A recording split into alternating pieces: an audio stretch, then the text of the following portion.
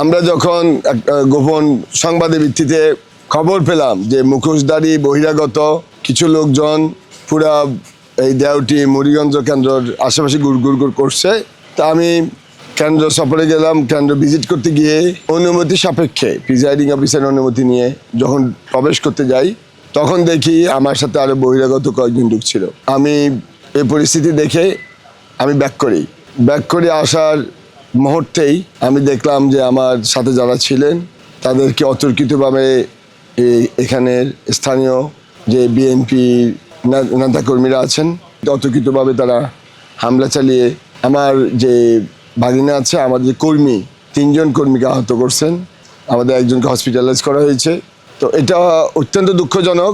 আমি একজন প্রার্থী হিসেবে একটা কেন্দ্র যদি সফর করতে ভিজিট করতে না পারি, তাহলে আমার সাধারণ ভোটাররা কালকে কীভাবে ভোট দিবেন?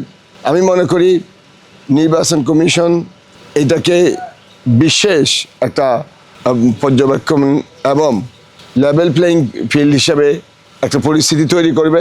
প্রশাসনকে আমরা জানানোর পরেও প্রশাসন থেকে কোনো রকম আমরা দ্রুত কোনো ব্যবস্থা পাই নাই, যেটা নির্বাচন কমিশন কথা দিয়েছিল সে কথা অনুযায়ী কোনো রকম আমরা তাদের থেকে সহযোগিতা পাই নাই।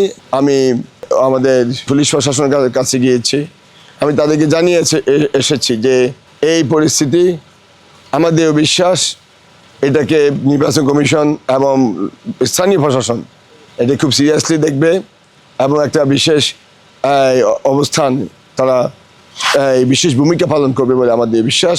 যদি তাই করে ইনশাল্লাহ, তাহলে আগামীকালকে মানুষ হাত পাখায় ঐক্যবদ্ধভাবে এই চাটখিল সুনামীবাসী যে ঐক্যবদ্ধের যে এক শান্তির প্রতীকে ভোট দিতে চায় সেটা করবে ইনশাল্লাহ।